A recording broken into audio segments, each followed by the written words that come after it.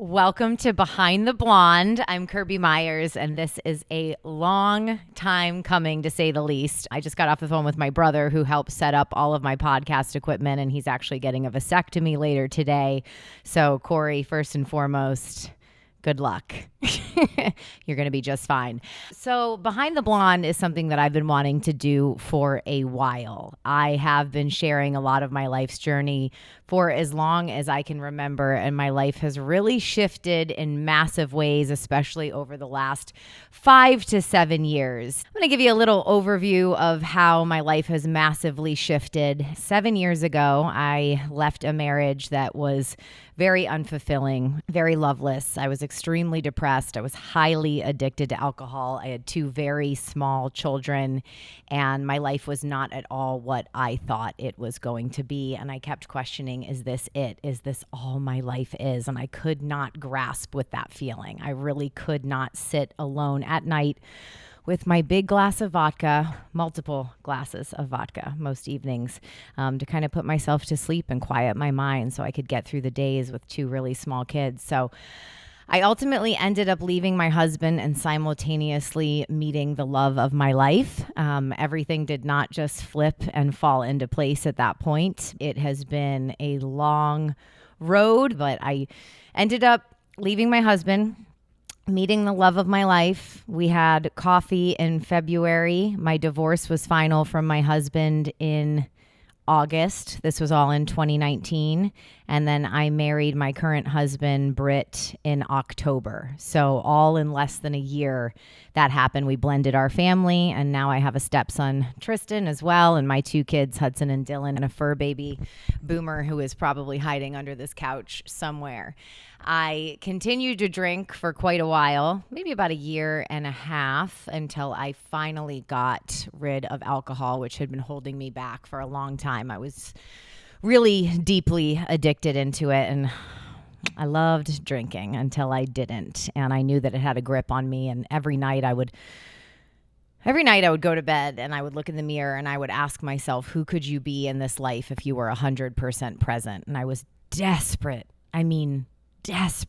to find that out. So I will be 5 years alcohol and nicotine free come this April 25th, which I am just, my mind is blown that it'll be 5 years, and my life has exponentially just gotten better each and every day, each and every year, but it's been a hell of a fucking journey to get here. And I'm also really proud to say that today I am like 2 months without marijuana, and I'm very pro California sober. We'll get into that in another episode. I have nothing against marijuana. I think it's great for a lot of people for a lot of reasons, but it was something I realized I had to give up as well because I just don't have a moderate fucking bone in my body. I don't, not a single moderate bone. So bulimia was something that I dealt with a lot of my life as well. Since the time, I don't remember the first time I binged and purged, but I was definitely in my early teen years, and it really has been until these last couple of months removing marijuana. That was my biggest catalyst to do that, to finally rid myself of my bulimic tendencies. It had been a long time since I'd purged, but I would find myself getting stoned and overeating and then being uncomfortable and having these thoughts about wishing I could, remove the food from my body. I wouldn't, but it was still that cycle of abuse with myself. So as much as I wanted to say that 4.5 years ago when I removed alcohol and stopped smoking, that I, got down this path of wellness. I did for a big part, but I was still having these bulimic thoughts. I was still having these cycles of addiction with not being able to moderate marijuana, telling myself that I was just going to smoke a couple nights a week and smoking every night. And this is not a podcast about addiction, by the way. This is a podcast about life and how it is a constant cycle of just wanting to better yourself. And if that's the mindset that you have, that every day you want to be a better version of the person you were before, then you are living your best life. Because I don't think there's anything as ultimate happiness, or just, there's certainly no perfect life. We all know that. but there is a point where you can get to where you really do feel free.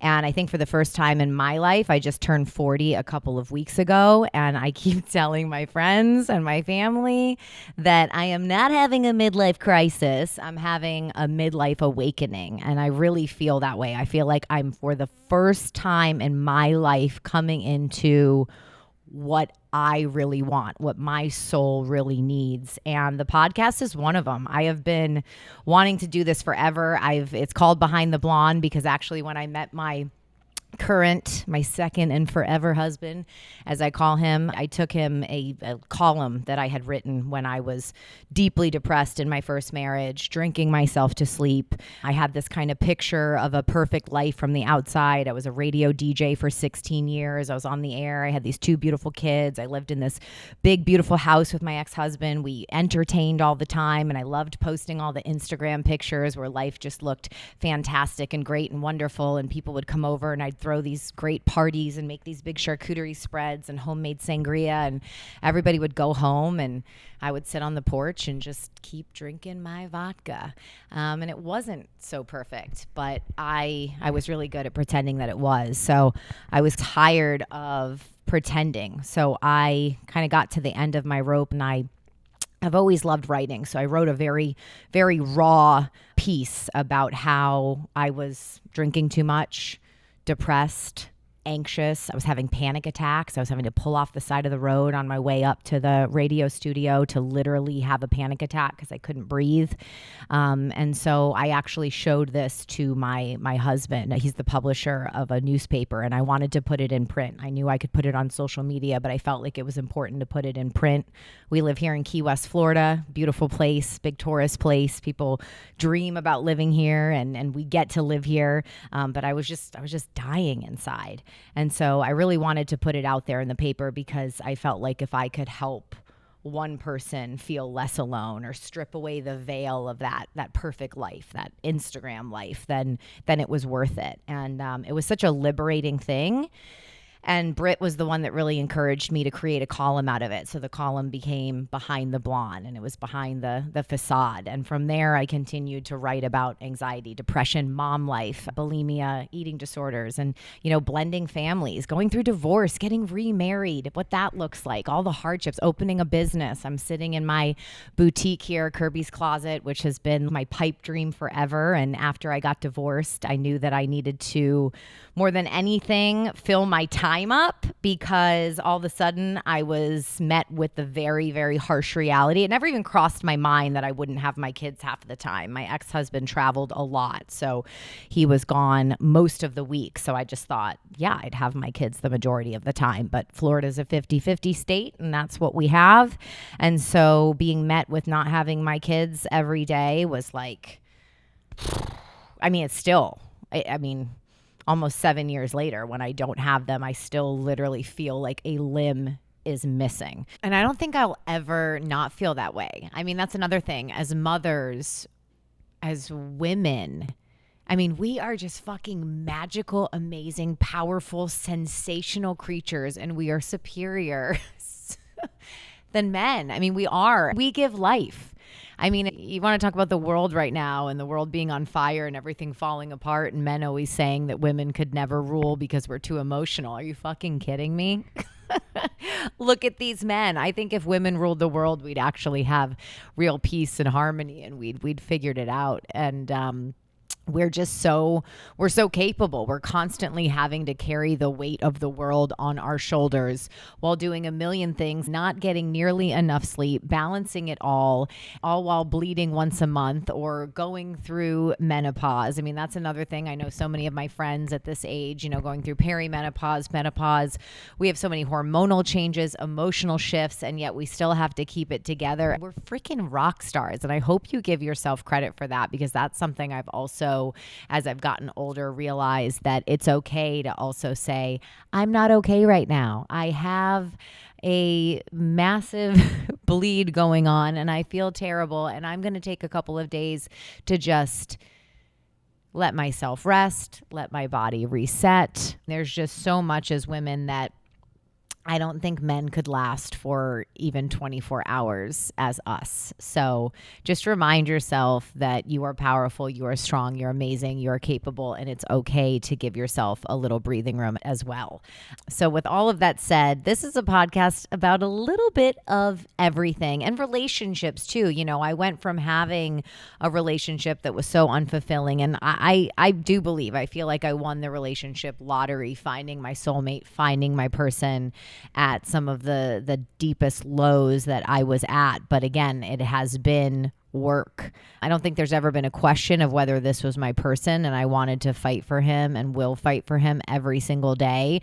But, you know, I mentioned drinking heavily. We love drinking together. We were big partiers together. So when I removed alcohol, I didn't really talk about it a lot before I did it. I just kind of pulled the rug out from underneath and was like, I'm done.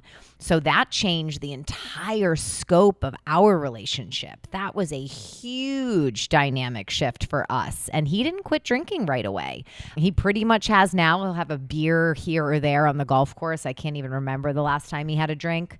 But that was major. I mean, that shifted our entire social life, everything that we did, what our weekends looked like, what our you know, just night to night looked like, our whole social scene. And he'll say now that he's so grateful that it happened, but it was, we went through hell and back. If anything could have broken us up, it would have been when I quit drinking for sure. And I'm going to get him on the podcast as well. We'll talk about what that looks like. I know I have a lot of women that reach out and say, well, what if, you know, I want to quit, but my husband's still a big drinker? How does that work? How did he feel? So getting his perspective on all of it. And sex. I'm very open about the fact that I think sex is so freaking important. It is huge. It's monumental. And I also don't think we should be shy about it. I don't think it's something we should not talk to our kids about, not be open about. I think you should make out in front of your children. Don't be like gross, obviously, you know, but like let them know that that's natural and that's normal, and they want to have a relationship where they see mommy and daddy being affectionate, or they see mom walk away from a relationship that's not healthy and not satisfying and not fulfilling. I think so many times we stay together for the kids, and I get it. Like, I freaking get it. I understand why people stay together for the kids. I really do, but I don't think it's the right decision, because ultimately your kids, you're raising them to become capable humans that will then leave you and go off and live their own lives, and then you're left with yours. So you need to take care of yourself first and foremost, always with that. But I definitely want to, you know, talk about how important sex is in a relationship. I joke it's called Behind the Blonde, and my husband was the one that inspired this, and he now gets to be behind the blonde pretty regularly. We have a phenomenal sex life. And I think that that's just, you know, if you're not having sex a couple of times a week, you gotta amp that up. You've got to make it happen. And the more you have it, the more you want it too. If you go through phases where you're not having a lot of it, you're kind of like, I could take it or leave it. There's nothing more intimate and connecting and just soul fulfilling than being in that space with your partner. So there's a lot of things that I want to cover on this podcast for sure, but I do want to leave you with this. If I've learned anything in my 40 years, it is to consistently be kind to myself. I've always found being kind to others really easy, but being kind to myself, really, really kind to myself, is something I have to work on every day. Giving myself grace. The power of my breath has been huge. I've gotten into power yoga, and my teacher, Jolie, has been like monumental for my life, and just really learning what it is to breathe and look inward and take moments each day to reflect on what I really want and being present. And it's a practice. I have to work on it every day. I find those thoughts going and starting to feel ungrateful, or starting to feel in a rut, or, oh my God, the world's so expensive and everything's on fire. And, you know, you have to shift and go back into that mindset. And I even did a quantum healing hypnosis session a year ago and went into my past lives. I mean, I'm just like, I'm willing to do whatever it takes to be the happiest version of myself possible. And as I said earlier, there's no ultimate happiness. There's just a yearning and a deep, deep, deep wanting to be that best version of myself possible. That version that said the reason I wanted to quit drinking was because I wanted to know how I could show up in this world. And if you're somebody that also wants that, if you are continuously wanting to grow and be better, then maybe this is a podcast for you. So my favorite quote, I'll leave you with this: if it doesn't challenge you, it doesn't change you. I hope you enjoyed it. You can always send me in questions as well, and have a fabulous day. Thanks for listening to Behind the Blonde.